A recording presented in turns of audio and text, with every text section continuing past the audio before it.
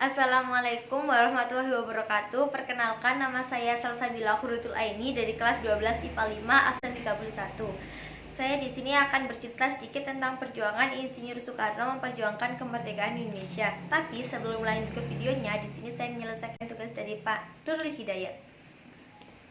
Halo semua, siapa sih Insinyur Soekarno itu? Insinyur Soekarno dikenal sebagai Presiden pertama Republik Indonesia serta pahlawan proklamasi.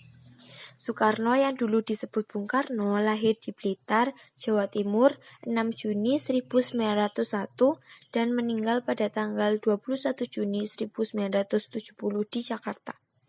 Ketika ia lahir, Soekarno diberi nama Koesno Soekarno.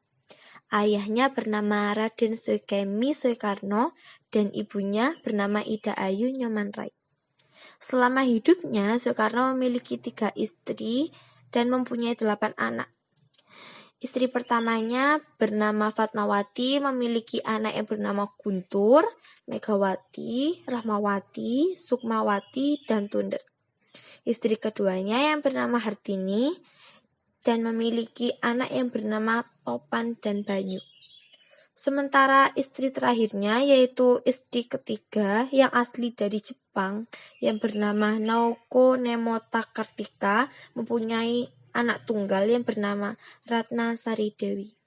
Saat Soekarno masih kecil, Soekarno tinggal di Blitar dengan orang tuanya hanya beberapa tahun.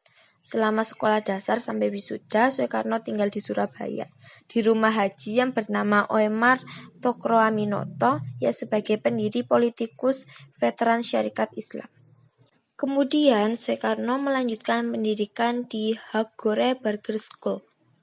Setelah lulus pada tahun 1920, Soekarno pindah ke London dan melanjutkan Sekolah Tinggi Teknik atau ITB, yang sekarang atas keberhasilannya Soekarno berhasil meraih gelar insinyur pada tanggal 25 Mei tahun 1926. Pada tanggal 4 Juli 1927, Soekarno mendirikan ASC, Agreement Study Club, yang menjadi cikal bakal dari PNI.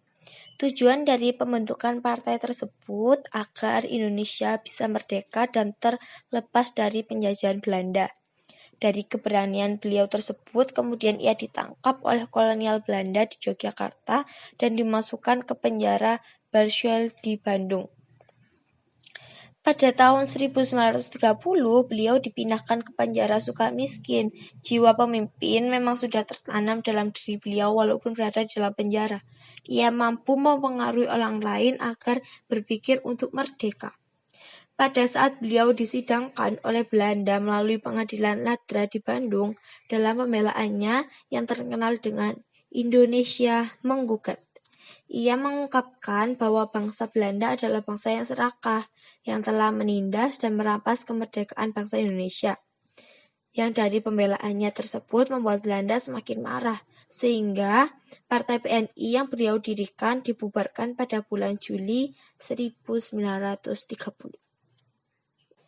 Kemudian pada bulan Desember 1931, Soekarno keluar dari penjara dan bergabung dengan Partindo pada tahun 1932, yang kemudian beliau didaulat sebagai pemimpin Partindo. Namun ia kembali ditangkap oleh Belanda dan diasingkan ke Flores, yang kemudian dibuang ke Bengkulu pada tahun 1938. Pada bulan Desember 1931, Soekarno keluar dari penjara dan bergabung dengan Partindo pada tahun 1932, yang kemudian beliau didaulat sebagai pemimpin Partindo. Namun ia kembali ditangkap oleh Belanda dan diasingkan ke Flores, yang kemudian dibuang ke Bengkulu pada tahun 1938. Pada saat di Bengkulu, beliau bertemu dengan Muhammad Hatta yang menjadi teman seperjuangannya, dan beliau juga bertemu dengan Fatmawati yang kelak menjadi istrinya. Berakhir kekuasaan Belanda di Indonesia. Pada tahun 1942, Jepang masuk ke Indonesia dan berakhirlah kekuasaan Belanda di Indonesia. Soekarno yang mau dipindahkan oleh Belanda ke Australia gagal setelah dicegat oleh Jepang. Jepang kemudian memanfaatkan Soekarno beserta pemimpin Indonesia lainnya untuk menarik hati penduduk Indonesia. Setelah pembentukan Panitia Persiapan Kemerdekaan Indonesia (PPKI) dan Badan Usaha Persiapan Kemerdekaan Indonesia (BBUPKI), dan Jepang juga berjanji akan memberikan kemerdekaan kepada Indonesia. Soekarno bahkan sempat bertemu dengan Kaisar Hirohito di Jepang. BBUPKI berdiri pada tanggal 28 Mei 1945. Pada kesempatan peresmian ini dilakukan pengibaran bendera Hinomaru, disusul pengibaran bendera merah putih. Bendera Hinomaru adalah bendera Jepang, dan bendera merah putih adalah bendera Indonesia. Hal ini semakin membangkitkan semangat para anggota BBUPKI dalam upaya mempersiapkan kemerdekaan Indonesia. Pendekatan dengan Jepang dilakukan secara terus-menerus oleh Insinyur Soekarno yang bertujuan agar Indonesia segera diberikan kemerdekaan. Insinyur Soekarno terus bergegas mempersiapkan kemerdekaan Republik Indonesia seperti perumusan teks proklamasi dan perumusan Pancasila dan juga UUD 1945. Sebelum Soekarno memproklamasikan kemerdekaan pada tanggal 17 Agustus 1945, Soekarno dan Muhammad Hatta sempat diculik oleh golongan muda.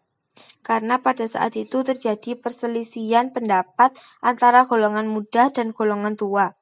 Soekarno dan Muhammad Hatta dibawa ke daerah Rengas Dengklok dengan tujuan agar memproklamasikan kemerdekaan dengan secepat-cepatnya, serta menjauhkan mereka dari pengaruh Jepang. Kemudian Soekarno dan Muhammad Hatta dijemput oleh Ahmad Soebadjo dan dibawa ke Jakarta. Tiba di Jakarta, Soekarno dan Muhammad Hatta beserta yang lainnya bertemu dengan Laksamana Maeda. Laksamana Maeda menjamin keselamatan Soekarno bersama yang lainnya dan mempersilahkan Soekarno dan Muhammad Hatta serta Soebadjo untuk merumuskan teks proklamasi kemerdekaan yang kemudian diketik oleh Sayuti Melik. Soekarno dan Muhammad Hatta memproklamasikan kemerdekaan Indonesia pada tanggal 17 Agustus 1945. Kemudian Soekarno dan Muhammad Hatta diangkat sebagai Presiden dan Wakil Presiden pertama Indonesia.